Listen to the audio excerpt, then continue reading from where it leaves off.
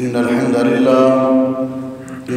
لله نحمده ونستعينه ونستغفره ونعوذ بالله من شرور أنفسنا ومن سيئات أعمالنا من يهده الله فلا مضل له ومن يضلل فلا هادي له وأشهد أن لا إله إلا الله وحده لا شريك له وأشهد أن محمدًا عبده ورسوله يا أيها الذين آمنوا اتقوا الله حق تقاته ولا تموتن إلا وأنتم مسلمون يا أيها الناس اتقوا ربكم الذي خلقكم من نفس واحدة وخلق منها زوجها وبث منهما رجالا كثيرا ونساء واتقوا الله الذي تساءلون به والأرحام إن الله كان عليكم رقيبا يا أيها الذين آمنوا اتقوا الله وقولوا قولا سديدا يصلح لكم أعمالكم ويغفر لكم ذنوبكم ومن يطع الله ورسوله فقد فاز فوزا عظيما اللهم صل على محمد وعلى آل محمد كما صليت على إبراهيم وعلى آل إبراهيم إنك حميد مجيد اللهم بارك على محمد وعلى آل محمد كما باركت على إبراهيم وعلى آل إبراهيم إنك حميد مجيد أما بعد فيا أيها الناس إن خير الحديث كتاب الله وخير الهدي هدي محمد صلى الله عليه وسلم وشر الأمور محدثاتها وكل محدثة بدعة وكل بدعة ضلالة وكل ضلالة في النار۔ حضرات محترم، آج کے خطبہ جمعہ میں ہم اللہ کی توفیق سے ایک انتہائی اہم موضوع پر گفتگو کرنا چاہتے ہیں، اور یہ موضوع ایک ایسے مسئلہ سے متعلق ہے جو انتہائی خطرناک اور اللہ رب العزت کی بارگاہ میں اسے کبیرہ گناہ شمار کیا گیا ہے، بہت بڑی ناانصافی سے تعبیر کیا گیا ہے، اور اس کا ارتکاب کرنے والے لوگوں کے لیے دنیا اور آخرت میں بڑی سخت وعید سنائی گئی ہے۔ وہ جرم اور وہ گناہ ظلم ہے۔ ظلم عربی زبان میں اس کا مفہوم یہ ہے کہ وضع الشیء فی غیر موضعہ، کسی چیز کو اس کی مناسب جگہ پہ نہ رکھنا بلکہ غیر مناسب جگہ پہ رکھنا، یا کسی حقدار کا حق چھین کر کسی دوسرے کو دینا، یا کسی کے حقوق ادا کرنے میں کوتاہی برتنا ظلم کہلاتا ہے۔ اور یہ ظلم اتنا بڑا خطرناک گناہ ہے اور اتنی بڑی خطرناک بیماری ہے کہ اللہ جل شانہ نے ایسے جرم کا ارتکاب کرنے والے لوگوں پر کبھی فرمایا الا لعنۃ اللہ علی الظالمین، ظلم کرنے والوں پر اللہ کی لعنت ہے، انہ لا یفلح الظالمون، ظلم کرنے والے ظالم لوگ کبھی کامیاب نہیں ہوتے۔ اللہ جل شانہ فرماتے ہیں وما للظالمین من انصار، قیامت کے دن ظلم کرنے والوں کا کوئی حامی اور مددگار نہیں ہوگا۔ بڑی سخت وعیدیں سنائی ہیں اللہ رب العزت نے ظالموں کے لیے، ظلم کرنے والوں کے لیے۔ یہ ظلم رسول اکرم صلی اللہ علیہ وسلم نے فرمایا، حضرت انس رضی اللہ تعالیٰ عنہ کی روایت کے مطابق کہ الظلم ثلاثہ، ظلم کی 3 قسمیں ہیں۔ ایک ظلم ہے جس کا اللہ رب العزت کے حقوق کے ساتھ تعلق ہے، اللہ رب العزت کی ذات بابرکات کے ساتھ تعلق ہے۔ یہ ظلم اتنا بڑا ظلم ہے کہ ایسے ظلم کا ارتکاب کرنے والا شخص اگر مرنے سے پہلے اللہ رب العزت کی بارگاہ میں سچی توبہ نہیں کرے گا تو اللہ جل شانہ اس کو کبھی معاف نہیں فرمائیں گے۔ حدیث پاک کے الفاظ سنیے، نبی کریم علیہ الصلوۃ والسلام نے فرمایا، عن انس رضی اللہ تعالی عنہ قال رسول اللہ صلی اللہ علیہ وسلم الظلم ثلاثہ، ظلم کی 3 قسمیں ہیں۔ فظلم لا یغفرہ اللہ، ظلم کی ایک قسم وہ ہے کہ جس کو اللہ کبھی بھی معاف نہیں کرے گا، اور یہ قسم دوسری قسم وظلم لا یترکہ، اور دوسری قسم ہے کہ جس کو اللہ رب العزت کبھی چھوڑے گا نہیں۔ فاما الظلم الذی لا یغفرہ فالشرک، وہ ظلم جس کو اللہ جل شانہ کبھی بھی معاف نہیں کرے گا وہ شرک ہے، یعنی اللہ رب العزت کے حقوق میں کوتاہی کرنا۔ شرک کا معنی کیا ہے کہ وہ اختیارات، وہ اوصاف جو اللہ رب العزت نے اپنے لیے خاص کیے ہیں وہ دوسرے لوگوں میں ان کو دوسرے لوگوں کے لیے پکارنا اور ان کے حامل دوسرے لوگوں کو قرار دینا، یہ شرک ہے۔ مثلا عبادت اللہ رب العزت نے اپنے لیے خاص کی ہے، ہر قسم کی عبادت کی کوئی قسم بھی غیر اللہ کے لیے بجا لانا شرک ہے۔ اولاد دینے کے اختیار اللہ رب العزت نے اپنے پاس رکھے ہیں، اللہ کے علاوہ کسی اور کو اولاد دینے والا تصور کرنا شرک ہے۔ رزق دینے کے اختیارات اللہ رب العزت نے اپنے پاس رکھے ہیں، یہ تقسیم اللہ رب العزت نے کی ہے۔ کسی اور کو اللہ کے علاوہ داتا قرار دینا شرک ہے۔ مشکلات، پریشانیوں اور دکھوں سے نجات دینے والا اللہ تعالیٰ ہے، اللہ کے علاوہ کسی اور کو غوث اعظم پکارنا شرک ہے۔ اللہ رب العزت موت و حیات کا مالک ہے، اللہ کے علاوہ کسی اور کو موت و حیات کا مالک قرار دینا شرک ہے۔ جو شخص ان کا ارتکاب کرتا ہے، اگر یہ اسی حالت میں مر گیا، دنیا سے چلا گیا، تو اللہ رب العزت فرماتے ہیں ایسے شخص کو کبھی بھی معافی نہیں ملے گی، اور یہ سب سے بڑا ظلم ہے، یہ سب سے بڑا ظلم ہے۔ ان الشرک لظلم عظیم، اللہ رب العزت نے قرآن پاک میں فرمایا، حضرت لقمان حکیم کا تذکرہ کرتے ہوئے کہ انہوں نے اپنے بیٹے کو یہ نصیحت کی تھی کہ شرک سب سے بڑا ظلم ہے۔ اسی طرح اللہ رب العزت کے احکام کی خلاف ورزی کرنا، اللہ تعالیٰ پر بہتان باندھنا، اللہ رب العزت فرماتے ہیں من اظلم ممن افترى علی اللہ کذبا، اس آدمی سے بڑا ظالم اور کوئی نہیں جو اللہ رب العزت پر بہتان لگاتا ہے۔ ایک اختیار اللہ نے کسی کو نہیں دیا، وہ کہتا ہے اس کو یہ اختیار اللہ نے دیا۔ ایک صفت کسی اور میں نہیں پائی جاتی، وہ کہتا ہے اس کو اللہ رب العزت نے یہ اختیار دیا ہے، یہ صفت عطا کی ہے، تو یہ اللہ رب العزت پر الزام اور بہتان ہے، اللہ رب العزت پر افتراء ہے۔ اسی طرح جو شخص اس جرم کا ارتکاب کرتا ہے، شرک کا ارتکاب کرتا ہے، دنیا کے اندر اس کو جو سزا ملتی ہے، اللہ رب العزت کی نگاہوں سے ایسا شخص گر جاتا ہے۔ اللہ رب العزت نے قرآن پاک میں ایسے لوگوں کا تذکرہ کرتے ہوئے فرمایا وما قدر اللہ حق قدرہ، انہوں نے اللہ تعالیٰ کی قدر نہیں پہچانی۔ نوح علیہ السلام نے جب اپنی قوم کو ان کے آباء و اجداد اور صالحین کی پرستش سے منع کیا تو قوم نے ماننے سے انکار کر دیا۔ قوم نے کہا یہی ہمارے حاجت روا اور مشکل کشا ہیں، یہی ہمارے الہ و معبود ہیں۔ تو نوح علیہ السلام نے اپنی قوم سے یہ کہا تھا ما لکم لا ترجون للہ وقارا، تمہیں کیا ہے، تم اللہ تعالیٰ کا وقار کیوں تسلیم نہیں کرتے، اللہ رب العزت کی شان اور عظمت کے کیوں قائل نہیں ہوتے۔ دنیا کے اندر جو شخص اس جرم کا ارتکاب کرتا ہے، اللہ رب العزت کی نگاہوں سے گر جاتا ہے، اللہ رب العزت کی طرف سے اس کو سزا ملتی ہے کہ وہ اشرف المخلوقات ہونے کے باوجود کبھی جانور کے سامنے جھک رہا ہوتا ہے، کبھی درخت کے سامنے جھک رہا ہوتا ہے، کبھی اپنے سے کمتر انسان جس کے ہوش و حواس بھی قائم نہیں، جس نے کبھی غسل کر کے دیکھا نہیں، فٹ پاتھ پہ پڑا رہتا ہے اور آلودگی میں لت پت رہتا ہے، اس کے سامنے ہاتھ باندھ کے کھڑا ہوتا ہے میرا خیال کرنا۔ اور کبھی اس کی حالت یہاں تک پہنچ جاتی ہے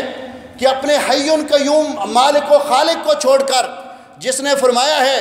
کہ اللہ جل شانہ تمہاری ہر جگہ سے تمہاری ہر پکار کو سنتا ہے، ہر زبان کو سمجھتا ہے، اس کو نیند تو بڑی دور کی بات ہے، اس کو اونگ بھی نہیں آتی، لا تأخذہ سنۃ ولا نوم، حی قیوم ہے، اس کو چھوڑ کر جو ہر وقت ہر کسی کی ہر زبان میں آہستہ اونچی آواز میں پکار سنتا ہے، تو کبھی کسی مڑی کے سامنے ہاتھ باندھ کے کھڑا ہوتا ہے، کبھی کسی فوت شدہ کے سامنے اپنی فریاد پیش کر رہا ہوتا ہے، جس کے بارے میں اللہ رب العزت نے قرآن پاک میں صاف صاف فرمایا اِنَّكَ لَا تُسْمِعُ الْمَوْتَى وَلَا تُسْمِعُ الصُّمَّ الدُّعَاءَ إِذَا وَلَّوْا مُدْبِرِينَ، کہ آپ لوگ جو فوت ہو گئے دنیا سے جا چکے، آپ ان کو اپنی بات نہیں سنا سکتے، آپ کے پاس ایک بہرا شخص موجود ہے، جیتا جاگتا ہے، زندہ ہے، کھاتا پیتا ہے، لیکن اللہ تعالیٰ نے اس کو سننے کی صلاحیت سے صرف محروم کیا ہے، آپ تو اس بہرے کو اپنی آواز نہیں سنا سکتے، جو فوت ہو گیا اس کو تو اللہ رب العزت نے ساری صلاحیتوں سے محروم کر دیا، پھر اس کو کیسے تم اپنی آواز سنا سکتے ہو؟ اللہ جل شانہ کو سے کیوں نہیں مانگتے؟ جو ہمیشہ حی قیوم ہے، اس کو اونگ بھی نہیں آتی، وہ ہر جگہ سے، بلکہ تم آواز نہ بھی نکال سکو، تمہارے دل کی دھڑکنوں کو بھی وہ جانتا ہے، تم اس سے کیوں نہیں مانگتے؟ تمہارا کیا خیال ہے کہ جس مالک نے بن مانگے تمہیں سب کچھ عطا کیا، جس مالک نے بن مانگے سب کچھ عطا کیا، اس مالک کا احسان نہیں کہ اس نے ہمیں انسان بنایا، اشرف المخلوقات بنایا؟ ہم نے اللہ سے مانگا نہیں تھا، اللہ اس بات پہ قادر تھا کہ ہمیں کوئی اور مخلوق بنا دیتا۔ اس مالک نے ماں کے پیٹ میں جب سے روح پھونکی ہے ہمیں روزی پہنچائی، روزی کا انتظام کیا، جب ماں کے پیٹ سے باہر آئے ہم کچھ کر نہیں سکتے تھے، بلکہ یہ بھی نہیں بتا سکتے تھے کہ مجھے بھوک لگی ہے، اللہ رب العزت نے بن مانگے ہمیں، جب ہماری زبان بھی نہیں چلتی تھی، ہمیں رزق پہنچایا ماں کے پیٹ سے باہر آ کر۔ پھر جس طرح ہماری ضروریات کو اس مالک نے پورا کیا، بن مانگے اس نے سب کچھ عطا کیا، تو تمہارا کیا خیال ہے کہ جب اللہ نے تمہیں مانگنے کے لیے زبان عطا کی، زبان میں قوت گویائی عطا کی، اب تم اللہ سے مانگو گے تو اللہ نہیں دے گا؟ اب اللہ سے مانگتے ہوئے شرماتے کیوں ہو جس نے بن مانگے سب کچھ عطا کیا؟ اگر زبان چلی تو کتنا ظلم ہے یہ کہ اللہ کے علاوہ ہم نے ہر کسی کو پکارا، اللہ کو چھوڑ کر ہم نے داتا رزق دینے والا کسی اور کو کہا، مدد کے لیے اللہ تعالیٰ جو سب پہ غالب ہے، سب کچھ کرنے پر قادر ہے، اس کو چھوڑ کر دوسروں کو مشکل کے وقت مدد کے لیے پکارا۔ کیا تم اللہ کو پکارتے تو اللہ تمہاری پکار نہ سنتا؟ اللہ رب العزت نے فرمایا اسی لیے یہ اتنا بڑا ظلم ہے کہ اگر کوئی شخص اس ظلم کا ارتکاب کرتے ہوئے مر گیا، اِنَّهُ مَن يُشْرِكْ بِاللَّهِ فَقَدْ حَرَّمَ اللَّهُ عَلَيْهِ الْجَنَّةَ، تو اللہ تعالیٰ نے اس پر جنت حرام کر دی ہوئی ہے، وَمَأْوَاهُ النَّارُ، اور اس کا ٹھکانہ جہنم ہے۔ اللہ ہمیں محفوظ فرمائے جہنم سے اور شرک کی بیماریوں سے، اور اللہ تعالیٰ ہمیں جنت الفردوس کے حقدار بنائے۔ اللہ جل شانہ نے فرمایا قیامت کے دن دنیا کے اندر بھی، میدان محشر میں بھی، اور جنت بھی ان لوگوں کو ملے گی جنہوں نے پہلا تذکرہ کیا ان الشرک لظلم عظیم، کہ جنہوں نے کلمہ پڑھنے کے بعد، ایمان لانے کے بعد پھر ایمان کے ساتھ ظلم کو نہیں ملایا۔ سورۃ الانعام کی آیت مبارکہ جب نازل ہوئی، الذین آمنوا ولم يلبسوا ایمانہم بظلم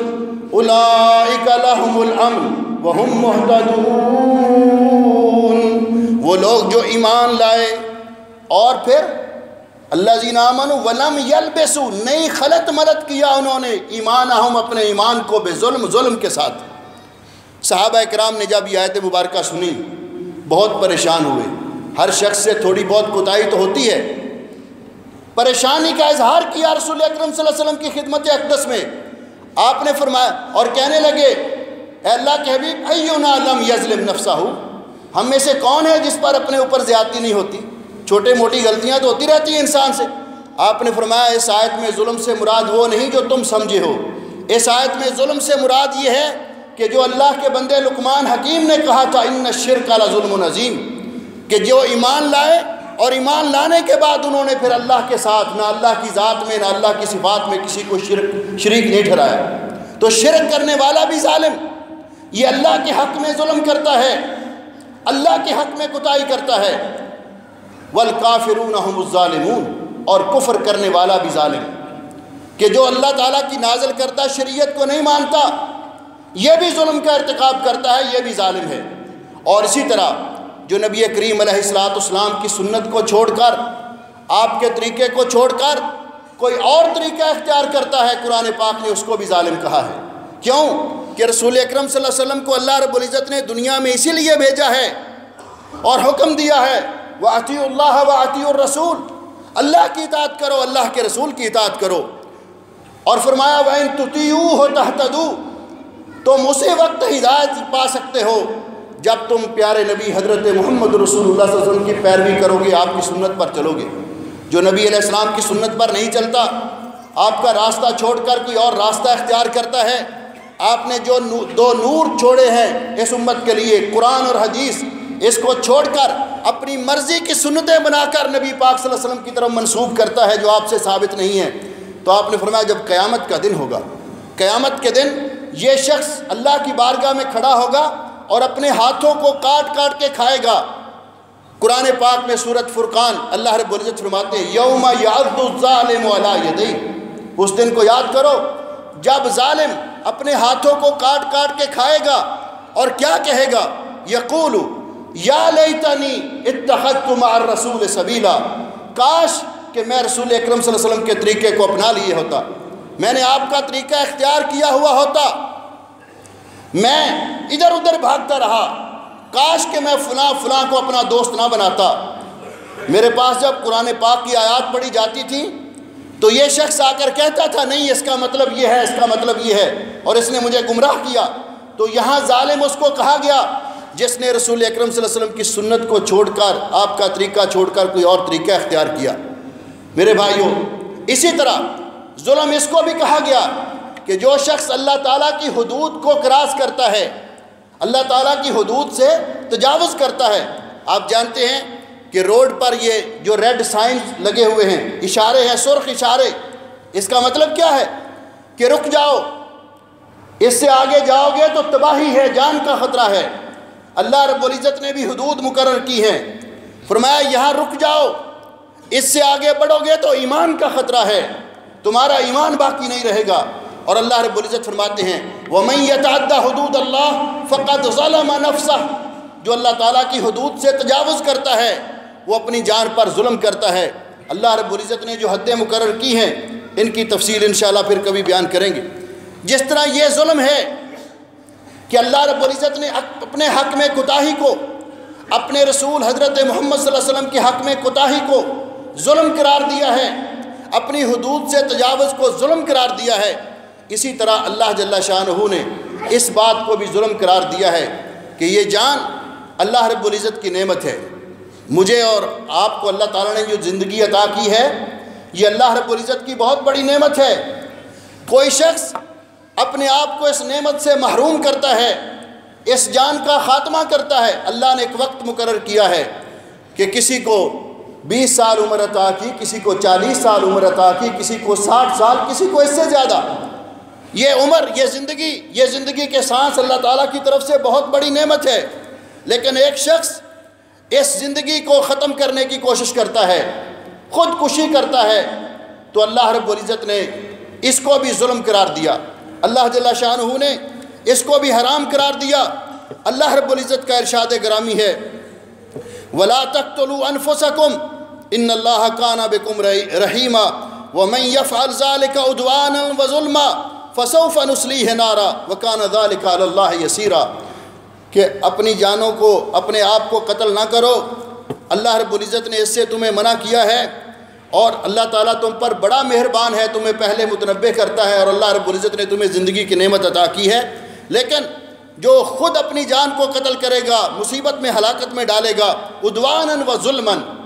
زیادتی کرتے ہوئے اور ظلم کرتے ہوئے، فسوف نصلیہ نارا، اللہ جل شانہ فرماتے ہیں ہم اس کو جہنم میں داخل کریں گے، وَكَانَ ذَلِكَ عَلَى اللَّهِ يَسِيرًا، یہ اللہ تعالیٰ پر بہت آسان ہے، کوئی اللہ کو روکنے والا نہیں۔ اس بات کو بھی اللہ رب العزت نے ظلم قرار دیا ہے کہ کسی کو اللہ تعالیٰ کی مساجد میں، مسجد میں جانے سے منع کرنا، عبادت سے روکنا،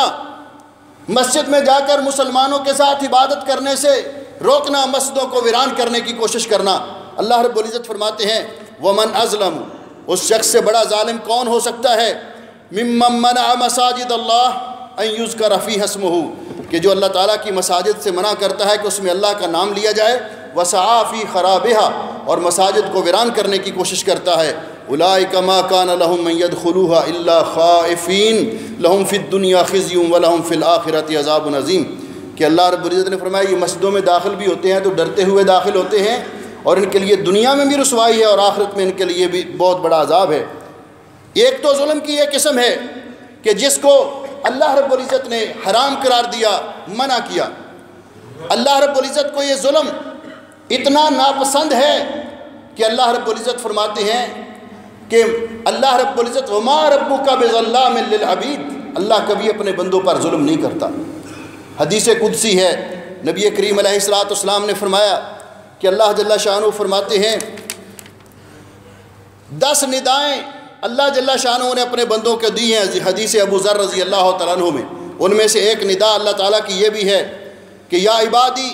اے میرے بندو، انی حرمت الظلم علی نفسی، میں نے ظلم کو اپنے اوپر حرام قرار دیا ہے۔ اللہ رب العزت اپنے بندوں پر کبھی ظلم نہیں کرتا۔ یہی وجہ ہے کہ اللہ رب العزت نے قیامت کے دن حساب و کتاب کا نظام رکھا ہے۔ قیامت کا دن اللہ رب العزت نے عدل و انصاف کے لیے قائم کیا ہے۔ اللہ رب العزت فرماتے ہیں کہ آج کے دن ہر جان کو جو کچھ اس نے کمایا، الیوم تجزا کل نفس بما کسبت لا ظلم اليوم، اس کا بدلہ اس کو دیا جائے گا۔ آج کسی پر ظلم نہیں کیا جائے گا۔ دنیا کے اندر اگر کسی نے کسی پر ظلم کیا ہوگا، کسی پر زیادتی کی ہوگی، مظلوم آج کے دن کے انتظار میں ہے، مظلوم قیامت کے دن کے انتظار میں ہے، اور وہ جب ظالم کا ظلم سہتا ہے تو وہ کہتا ہے کہ کوئی بات نہیں، جہاں آپ کی مرضی کر لو، آخرت میں آپ سے اس کا بدلہ لوں گا۔ اگر کوئی کسی کا حق دباتا ہے، اس سے کچھ نہیں بن پاتا، تو وہ کہتا ہے کوئی بات نہیں، یہاں تمہارے پاس قوت ہے اور طاقت ہے، یہاں نہیں دو گے تو انشاءاللہ میں قیامت کے دن آپ سے وصول کروں گا۔ ہر مظلوم کو یہ امید ہے، ہر مظلوم اس امید پر یہ امید لگائے ہوئے ہے قیامت کے دن پر کہ اس دن مجھے ظلم کا بدلہ ملے گا۔ کسی نے میرے ساتھ ناانصافی کی تو اس دن مجھے انصاف ملے گا، کسی نے مجھ پر زیادتی کی اس دن اللہ رب العزت مجھے بدلہ دلوائیں گے۔ اللہ رب العزت اسی لیے فرماتے ہیں کہ ظالم قیامت کے دن اس کا کوئی مددگار نہیں ہوگا۔ جب اللہ رب العزت کی بارگاہ میں آئے گا، فَيَوْمَئِذٍ لَا يَنْفَعُ الظَّالِمِينَ مَعْذِرَتُهُمْ، قیامت کے دن اللہ تعالیٰ ظالموں کی کوئی معذرت بھی قبول نہیں کرے گا، کوئی عذر بھی قبول نہیں کرے گا۔ جس کو اس بات کا احساس ہوتا ہے وہ کبھی ظلم کا سوچ بھی نہیں سکتا۔ قرآن کریم کی آیت مبارکہ جب نازل ہوئی، اللہ رب العزت نے فرمایا وَنَضَعُ الْمَوَازِينَ الْقِسْطَ لِيَوْمِ الْقِيَامَةِ، ہم قیامت کے دن انصاف کے ترازو قائم کریں گے، انصاف کے ترازو۔ فَلَا تُظْلَمُ نَفْسٌ شَيْئًا، کسی پر ذرہ برابر بھی ظلم نہیں کیا جائے گا۔ وَإِنْ كَانَ مِثْقَالَ حَبَّةٍ مِّنْ خَرْدَلٍ أَتَيْنَا بِهَا وَكَفَىٰ بِنَا حَاسِبِينَ، کسی کی نیکی، کسی کی برائی رائی کے دانے کے برابر بھی کیوں نہ ہوگی، اس کو منظر عام پہ لایا جائے گا۔ اور اللہ فرماتے ہیں ہم خوب حساب لینا جانتے ہیں۔ یہ آیت نازل ہوئی، ایک صحابی رسول اکرم صلی اللہ علیہ وسلم کی خدمت میں حاضر ہوئے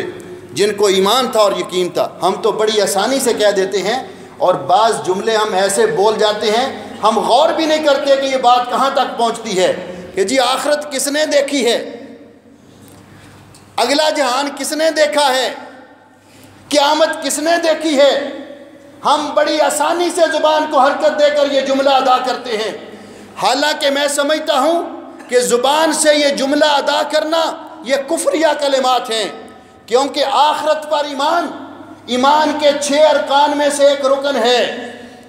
آخرت کے دن پر ایمان کے 6 ارکان میں سے ایک رکن ہے۔ جو کسی ایک رکن کا بھی انکار کرتا ہے اس کا تو ایمان ہی نہیں ہے۔ ہم آسانی سے کہہ دیں کہ آخرت کس نے دیکھی ہے جی، یا تو اس جرت کے ساتھ کہتے ہیں کہ جی دیکھ لیں گے قیامت کے دن جو ہوگا، یا پھر یہ کہتے ہیں کہ جو قیامت کے بارے میں بیان کیا جاتا ہے یہ ویسے ہی ایک ڈراوا ہے، ایک دھمکی ہے اور کچھ نہیں ہے۔ دونوں صورتوں میں یہ انتہائی خطرناک جملہ ہے۔ میرے بھائیوں اور میری بہنوں، ذرا غور کیجئے، کیا اس وقت ہم یہ کہیں گے کہ جب اللہ رب العزت میدان محشر میں کھڑا کر کے ہم سے فوری طور پر 5 سوالوں کے جواب لیں گے، اس وقت ہم کہیں گے کہ قیامت کس نے دیکھی ہے؟ یا پھر جب ہمیں میزان پر، ترازو پر ہمارے اعمال تولے جائیں گے، پتہ نہیں ہوگا کہ نیکیاں زیادہ ہوں گی یا گناہ زیادہ ہوں گے، اس وقت ہم یہ کہیں گے کہ قیامت کس نے دیکھی ہے؟ یا پل صراط سے گزرتے ہوئے جو جہنم کے اوپر نصب ہے، اس وقت ہم کہیں گے کہ قیامت کس نے دیکھی ہے؟ آج وقت ہے ہم اس بات سے رجوع کریں اور اس بات پر یقین کریں کہ قیامت برحق ہے۔ اللہ رب العزت کی بارگاہ میں حاضری برحق ہے۔ جن کو یقین تھا، جو اس بات پر ایمان رکھتے تھے، ان کی کیفیت یہ تھی۔ یہ صحابی آتے ہیں رسول اکرم صلی اللہ علیہ وسلم کی خدمت میں، جب یہ سنا کہ اللہ رب العزت نے قرآن پاک میں فرمایا وَنَضَعُ الْمَوَازِينَ الْقِسْطَ لِيَوْمِ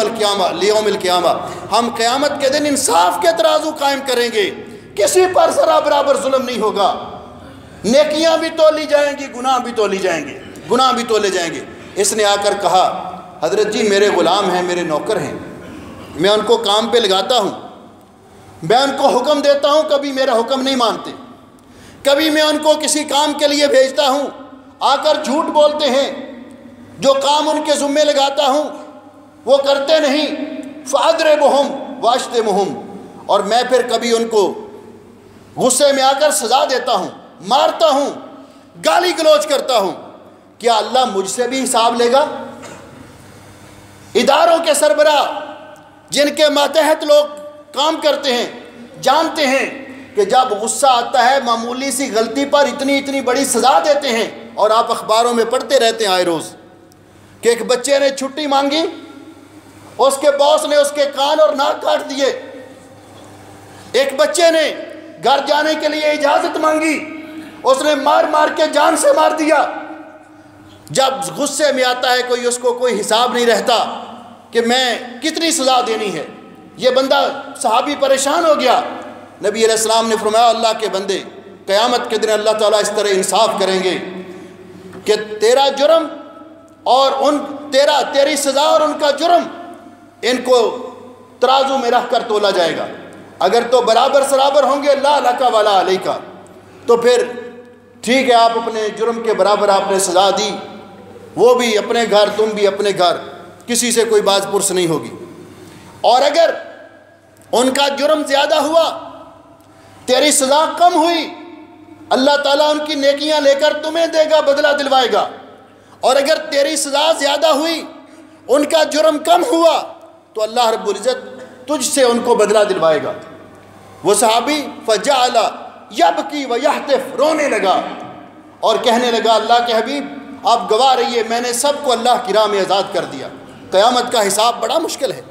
یہ بہت مشکل ہے، اس لیے اللہ رب العزت نے ظلم کو اپنے اوپر بھی حرام قرار دیا۔ اللہ عدل کرنے والا ہے، انصاف کرنے والا ہے، اور ہم سب اللہ کی رحمت کے امیدوار ہیں۔ اور اللہ رب العزت نے اپنے بندوں کے درمیان بھی فرمایا انی حرمت الظلم علی نفسی، اے بندو میں نے اپنے اوپر ظلم کو حرام قرار دیا ہے، فلا تظالموا وجعلتہ بینکم محرما فلا تظالموا، اور اس ظلم کو تمہارے درمیان بھی حرام قرار دیا ہے، اپنے ایک دوسرے پر ظلم نہ کیا کرو، بندوں کا بندوں پر ظلم کرنا بھی حرام ہے۔ اور نبی علیہ السلام نے فرمایا دوسری حدیث میں اتقوا اللہ اتقوا الظلم فإن الظلم ظلمات یوم القیامہ، ظلم سے بچو، ظلم قیامت کے دن اندھیرے ہی ہیں، تباہیاں ہیں، انسان کو برباد کرنے والی چیزیں ہیں۔ اس لیے میرے بھائیوں، آپس میں ظلم کرنا، اس کی کئی صورتیں ہیں۔ ایک صورت یہ ہے کہ انسان کسی کمزور پر ظلم کرتا ہے، اپنے سے کمزور پر ظلم کرتا ہے، ایسا ظالم اس کو اللہ تعالیٰ دنیا کے اندر یہ سزا دیتا ہے جو اپنے سے کمزور لوگوں پر ظلم کرتا ہے، کذالک نولی بعض الظالمین بعضا، کہ اللہ تعالیٰ اس پر اس سے بڑے ظالم کو مسلط کر دیتا ہے۔ جو پھر اس کو وہ سزائیں دیتا ہے کہ جو وہ یاد کرتا ہے کہ میں نے کس طرح کس پر ظلم کیا تھا، اور آخرت کے اندر اللہ رب العزت انصاف قائم کریں گے اور اس کے ظلم کا بدلہ اس سے دلوائیں گے۔ جو بھی اس نے ظلم کیا ہوگا وہاں تو اللہ رب العزت کا انصاف اس طرح ہوگا کہ رسول اکرم صلی اللہ علیہ وسلم نے فرمایا کہ قیامت کے دن اگر دنیا میں کسی سینگ والی بکری نے کسی ایسی بکری کو مارا ہوگا جس کے سینگ نہیں تھے، سینگ والی بکری نے گھونی بکری کو مارا ہوگا، بغیر سینگوں والی بکری کو مارا ہوگا، تو قیامت کے دن اللہ دونوں کو زندہ کرے گا۔ جس بکری کے دنیا میں سینگ نہیں تھے اللہ اس کو سینگ عطا کرے گا اور کہے گا اس سے اپنا بدلہ لو۔ جب وہ بدلہ لے گی اور پھر بدلہ لینے کے بعد پھر کہے گا کونی ترابا، مٹی ہو جاؤ، وہاں اس قدر اللہ رب العزت انصاف کریں گے۔ تو یہ ظلم اپنے سے کمزور لوگوں پر ظلم کرنا، اور دوسرا آخرت میں اس کی سزا نبی علیہ السلام نے فرمایا صنفان من اہل النار، اللہ ہم سب کو محفوظ فرمائے۔ دو قسم کے لوگ ہیں جو پکے جہنمی ہیں، لم اراہما، آپ نے فرمایا اس وقت میں ان کو نہیں دیکھ رہا، ان میں سے رجال بایدیہم کاذناب البقر، کچھ لوگ ایسے ہوتے ہیں معاشرے کے اندر کہ جن کے ہاتھوں میں بیلوں کی دموں کی طرح کوڑے پکڑے ہوئے، یضربون بہ الناس، وہ کمزوروں پر ضعیفوں پر ظلم کرتے، مارتے، کسی کی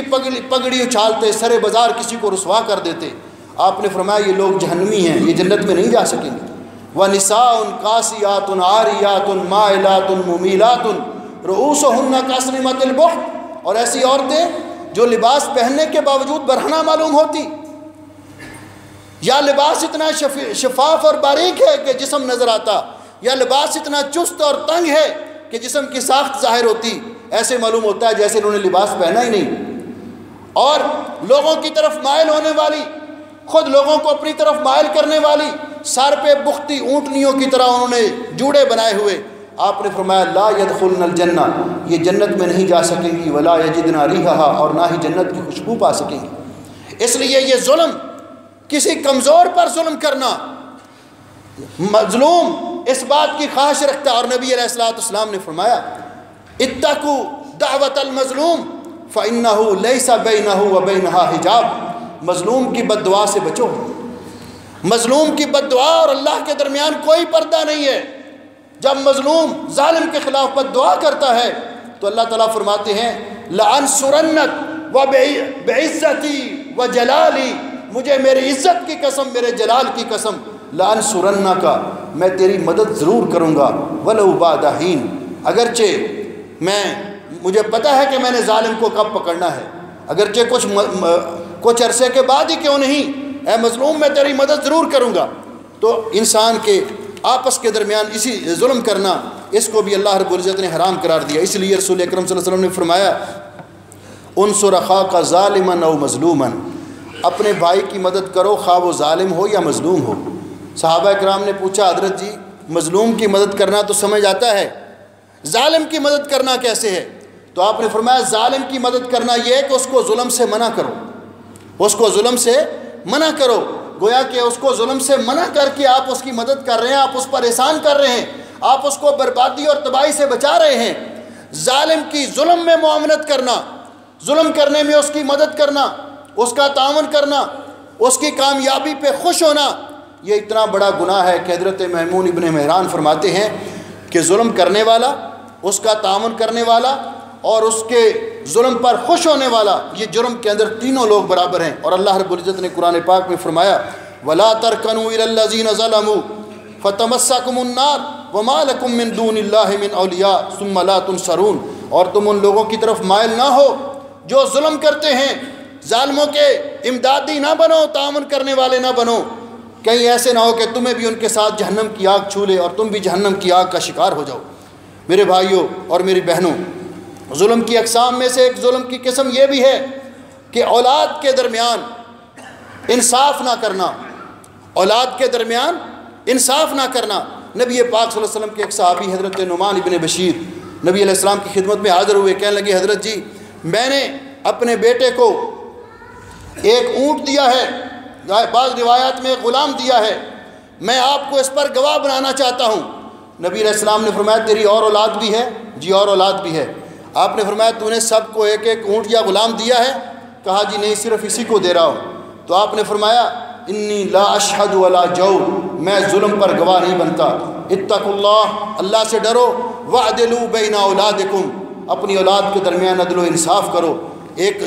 اپنی اولاد میں سے کسی بیٹے کو کسی بیٹی کو جائیداد ساری دے دینا، باقیوں کو محروم کر دینا، اولاد کے درمیان ناانصافی کرنا، یہ بھی ظلم ہے، اس کو بھی ظلم قرار دیا گیا رسول اکرم صلی اللہ علیہ وسلم نے، اور فرمایا اس سے بھی بچو۔ اسی طرح یتیموں کا مال ناجائز طریقے سے کھانا، اللہ رب العزت نے اس کو بھی ظلم اور بہت بڑا گناہ قرار دیا ہے کہ فوت ہو گیا ہے کوئی شخص، اس کے چھوٹے چھوٹے بچے ہیں اور ان کی جائیداد کو ہتھیا لینا، ان کی زمین پہ قبضہ کر لینا، ان کے مال کو ناجائز طریقے سے استعمال کرنا۔ اللہ رب العزت فرماتے ہیں ان الذین یاکلون اموال الیتامی ظلما انما یاکلون فی بطونہم نارا، وہ لوگ جو یتیموں کا مال ظلم کے ذریعے زیادتی کے ذریعے کھاتے ہیں وہ اپنے پیٹ میں جہنم کی آگ بھر رہے ہیں، وَسَيَصْلَوْنَ سَعِيرًا، اور ان قریب وہ دہتی ہوئی آگ میں داخل ہوں گے۔ میرے بھائی اور میری بہنوں، اسی طرح چوری کرنا بھی ظلم ہے۔ اللہ رب العزت نے چوری کا تذکرہ کرتے ہوئے فرمایا فَمَن تَابَ مِن بَعْدِ ظُلْمِهِ وَأَصْلَحَ، جس نے ظلم کرنے کے بعد توبہ کی اور اللہ تعالیٰ اس کی توبہ قبول کرنے والا ہے۔ سود کھانے کو بھی ظلم قرار دیا۔ اللہ رب العزت فرماتے ہیں وَإِن تُبْتُمْ فَلَكُمْ رُءُوسُ أَمْوَالِكُمْ لَا تَظْلِمُونَ وَلَا تُظْلَمُونَ، سود سے سچی توبہ کر لو، سودی کاروبار کو چھوڑ دو، اور اگر توبہ کر لی ہے تو جو راس مال ہے آپ کا، اصل پیسے ہیں آپ کے، وہ آپ لے سکتے ہیں، باقی جو سودی اس کے ساتھ ملاوٹ ہے اس کو چھوڑ دو۔ لا تظلمون ولا تظلمون، تم نہ کسی پر ظلم کرو اور نہ کوئی تم پر ظلم کرے۔ تو سود کھانے کو، لوگوں سے سود وصول کرنے کو، بیاج لینے کو، اس کو بھی اللہ رب العزت نے ظلم قرار دیا۔ اسی طرح نبی علیہ السلام نے فرمایا ایک آدمی نے کسی سے قرضہ لیا ہے یا کسی کی تنخواہیں دینی ہے، کسی کے پیسے دینے ہیں بھی صحیح اس کے پاس لیکن وہ دیتا نہیں، ٹال مٹول کرتا ہے، تو آپ نے فرمایا مثل الغنی ظلم، غنی آدمی کا ٹال مٹول کرنا، پیسے ہوتے ہوئے، گنجائش ہوتے ہوئے اپنے پاس کسی کا حق نہ دینا، تو نبی علیہ السلام فرماتے ہیں یہ بھی ظلم ہے۔ اور اللہ رب العزت نے دوسری روایت میں آپ نے فرمایا یحل عرضہ وعقوبتہ، مظلوم آدمی اس کے خلاف کوئی بھی کارروائی اور چارہ جوئی کر سکتا ہے۔ اسی طرح کسی کی زمین پر، جائیداد پر ناجائز قبضہ کر لینا، نبی کریم علیہ السلام نے فرمایا من ظلم قید شبر من الارض توقہ من 7 اراضین، جو آدمی کسی کی ایک بالشت زمین پر ناجائز قبضہ کرتا ہے، قیامت کے دن 7 زمینوں کا طوق بنا کر اس کے گلے میں ڈالا جائے گا اور وہ اس مصیبت میں گرفتار ہوگا۔ اتنا بڑا ظلم ہے کسی کی ایک بالشت زمین پر ناجائز قبضہ کرنا، چہ جائے کہ کوئی کسی کے پلاٹوں پر قبضہ کر لے، جائیداد پہ قبضہ کر لے، کوٹھی اور بنگلے پہ قبضہ کر لے، کتنا بڑا جرم اور کتنا بڑا گناہ ہے۔ اور آپ نے فرمایا یہ بھی ایک ظلم ہے جو اللہ رب العزت کسی طرح انسان کو معاف نہیں کریں گے اگر اسی طرح وہ مر گیا تو۔ اسی طرح نبی علیہ السلام نے فرمایا، نبی ہریرہ رضی اللہ تعالیٰ عنہ عن النبی صلی اللہ علیہ وسلم قال اللہ تعالیٰ، کہ اللہ جل شانہ نے فرمایا ثلاثۃ انا خصمہم یوم القیامہ، 3 قسم کے لوگ ہیں اللہ تعالیٰ فرماتے ہیں قیامت کے دن میں خود ان کے خلاف جھگڑا کروں گا۔ ان میں سے پہلا شخص یہ ہے رجل آتا بی ثم غدر، جس نے کسی کو اللہ کا نام لے کر اللہ کے نام پر کوئی وعدہ دیا پھر اس وعدے کی خلاف ورزی کی، اللہ کے نام پر کسی کے ساتھ کوئی معاہدہ کیا پھر اس کو توڑ دیا۔ دوسرا شخص ورجل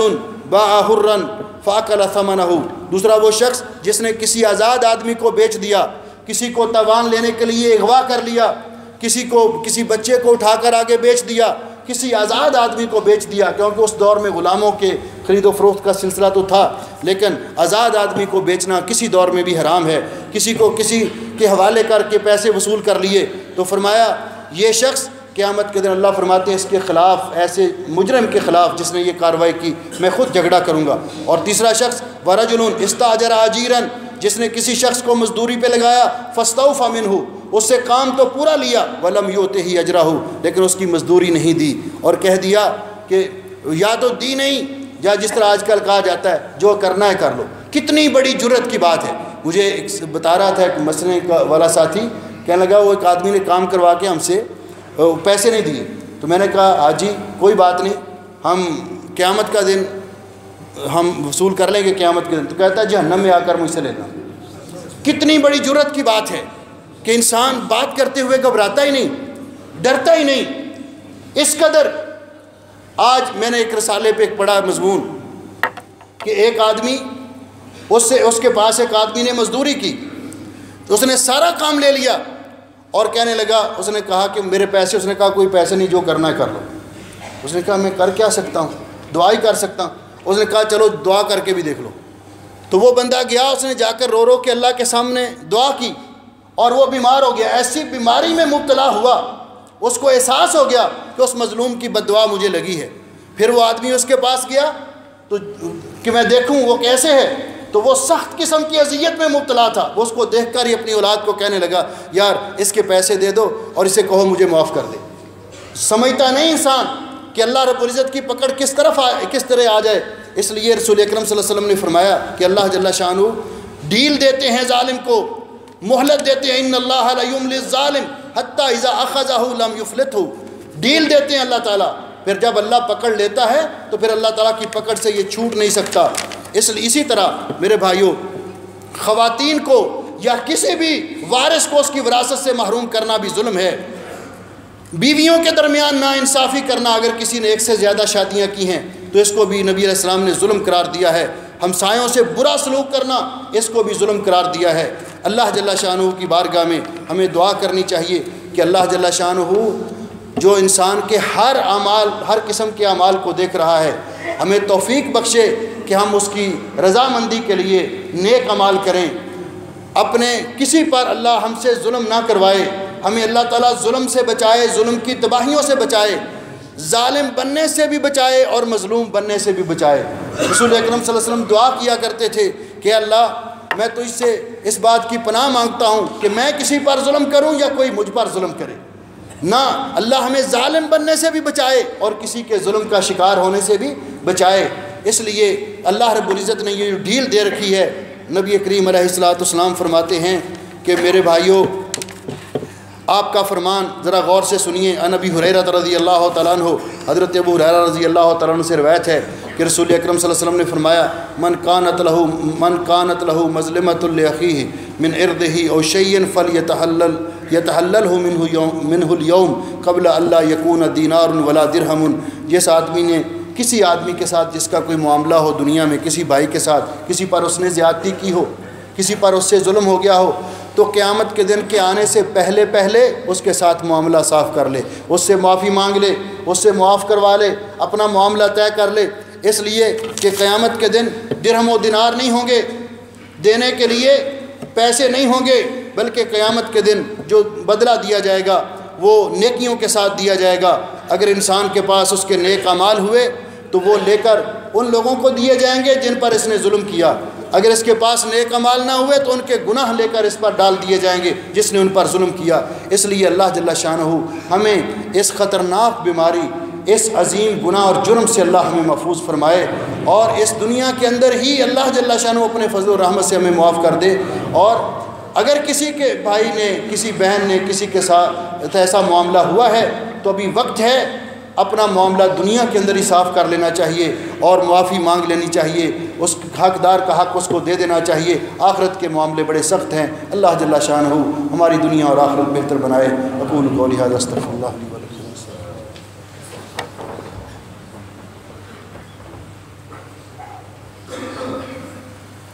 ان الحمد للہ نحمده ونستعینه ونستغفره ونعوذ باللہ من شرور انفسنا ومن سیئات اعمالنا من يهده الله فلا مضل له ومن يضلل فلا هادي له واشهد ان لا اله الا الله وحده لا شريك له واشهد ان محمدا عبده ورسوله اما بعد۔ میرے بھائیو، اللہ جل شانہ کا ارشاد ہے، ہر انسان کو یہ شعور اور احساس اپنے ذہن میں رکھنا چاہیے۔ اللہ جل شانہ فرماتے ہیں وَلَا تَحْسَبَنَّ اللَّهَ غَافِلًا عَمَّا يَعْمَلُ الظَّالِمُونَ۔ اللہ تعالیٰ کو غافل نہ سمجھیے، یہ مت سمجھیے کہ ظالم جو کچھ دنیا میں کر رہے ہیں، جو تباہی کر رہے ہیں، علاقوں کے علاقے تباہ کر رہے ہیں، دوسروں کے حقوق غصب کر رہے ہیں، کمزوروں پر ظلم کر رہے ہیں، تو اللہ کو اس کی خبر نہیں ہے؟ اللہ تعالیٰ کو سب معلوم ہے، اللہ کے علم ہے۔ اللہ تعالیٰ فرماتے ہیں پھر ہم ان کو پکڑتے کیوں نہیں فوراً ان کو سزا کیوں نہیں دیتے؟ اللہ نے بہت ساری بستیوں کو، بہت سارے لوگوں کو دنیا میں سزا دی، قرآن پاک میں ان کا ذکر ہے، ان کے ظلم کی وجہ سے کتنی قوموں کو اللہ نے ہلاک کیا۔ لیکن جس کو اللہ نے فوری طور پر نہیں پکڑا تو اللہ تعالیٰ فرماتے ہیں انما یؤخرہم لیوم تشخص فیہ الابصار۔ اللہ تعالیٰ نے ان کو اس دن کے لیے ڈھیل دے رکھی ہے جس دن سب کی آنکھیں کھلی کی کھلی رہ جائیں گی اور پھٹی کی پھٹی رہ جائیں گی اور حیران و شستر ہوں گے، کوئی ان کے کام نہیں آئے گا۔ اللہ نے قیامت کے دن تک ان کو مہلت دے رکھی ہے۔ نبی کریم علیہ الصلوۃ والسلام نے فرمایا کہ قیامت کے دن جب اللہ رب العزت عدل و انصاف کریں گے، ظالموں سے بدلہ دلوائیں گے، قصاص دلوائیں گے، بعض اوقات ایسی کیفیت ہوگی، یعنی حذیفہ بن الیمان رضی اللہ تعالیٰ عنہ، ان الرجل لترفع له یوم القیامت صحیفہ، قیامت کے دن ایک آدمی کا نامہ اعمال اٹھایا جائے گا، حتی یرا، یہاں تک کہ وہ سمجھ لے گا، انہ ناجن، کہ اس کے نیک اعمال بہت زیادہ ہیں، یہ نجات پا جائے گا۔ فما تزال مظالم بنی آدم تتبعہ، تو جن پر انہوں نے ظلم کیا وہ لوگ مطالبہ کرنے والے اس کا پیچھا کرنا شروع کر دیں گے، حتی ما یبقى لہ حسنۃ، حتیٰ کہ اس کی ایک نیکی بھی باقی نہیں رہے گی، وَيُحْمَلُ عَلَيْهِ مِنْ سَيِّئَاتِهِمْ، اور اس پر دوسروں کے گناہ لے کر ڈال دیے جائیں گے۔ بعض اوقات انسان سمجھتا ہے دنیا میں دین اسلام دو چیزوں کے مجموعے کا نام ہے، عقائد و عبادات اور معاملات۔ عقیدہ بھی صحیح ہو، عمل صالح بھی انسان کے پاس ہو، اور معاملات میں بھی انسان درست ہو۔ معاملات کے اندر ظلم تو اس قدر اللہ کو حرام ہے کہ اللہ رب العزت نے ایک انسان جانوروں پر ظلم کرنے سے منع کیا ہے۔ ایک بلی کو باندھ کے رکھنے والی عورت جو نہ چھوڑتی تھی کہ کہیں جا کر کھائے پیے، اور نہ اس کو خود کھلاتی پلاتی تھی،